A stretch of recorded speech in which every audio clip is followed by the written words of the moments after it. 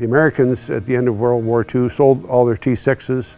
So when the Korean War started up, they didn't have any for training. So they got a whole bunch of airplanes and then remanufactured them at 5 different places throughout the US and kind of upgraded the airplanes. And that was the T-6G model.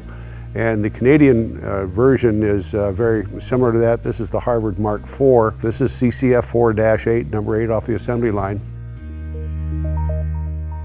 It was demobbed, I think about 1964, and was stored for quite some time, and then they was purchased by this gentleman, and he had it for a number of years, and then he sold it to another gentleman, and then I got it from him about 30 years ago.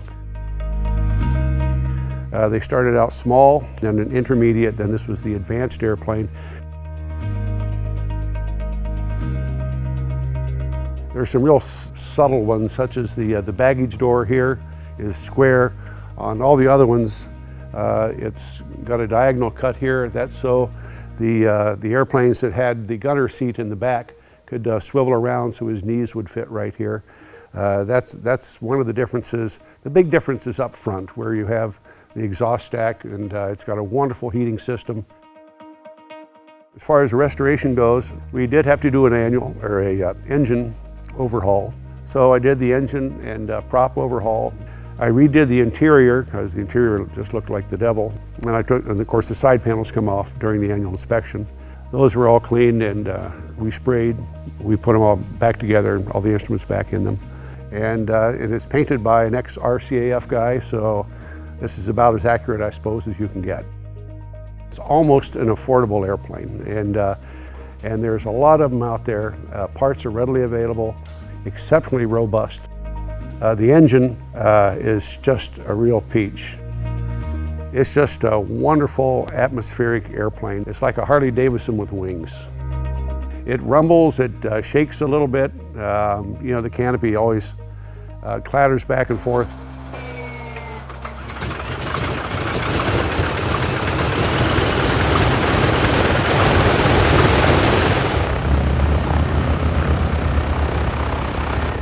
If you pay attention and just stay on top of it, you're not going to have any problems.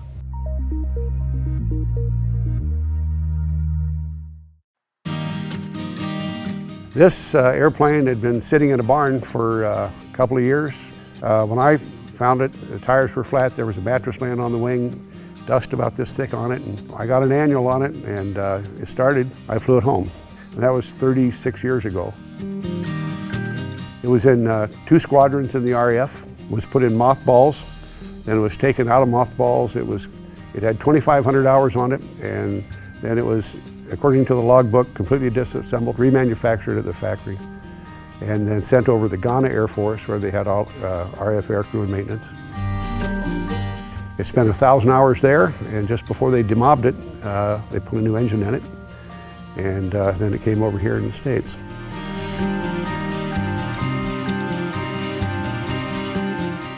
When I stripped the paint that didn't fall off on the flight home, I stripped it, and all the old military markings were on underneath it. The RAF has been very helpful, sending me the histories and the color schemes and the color charts and everything else, and so it's back looking like, kind of like she was when she rolled off the assembly line.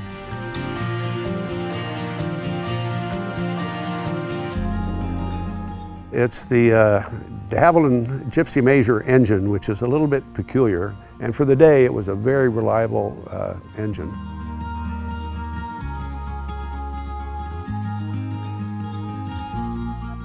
It's got some English peculiarities to it. It can use 2.5 quarts of oil an hour, still be within limits.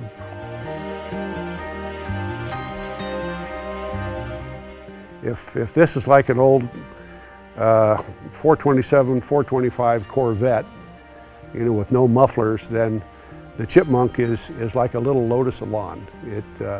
You just fly it with your fingertips, and all the controls are beautifully harmonized. It's got a huge rudder on it, and it's just a delightful flying airplane. One of the nicest ones you could ever happen to fly.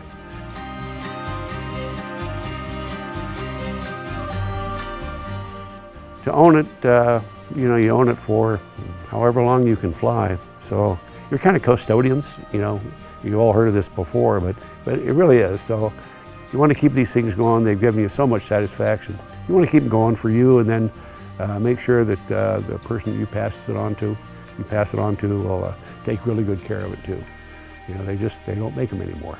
You know, and these are two lovely examples of these airplanes.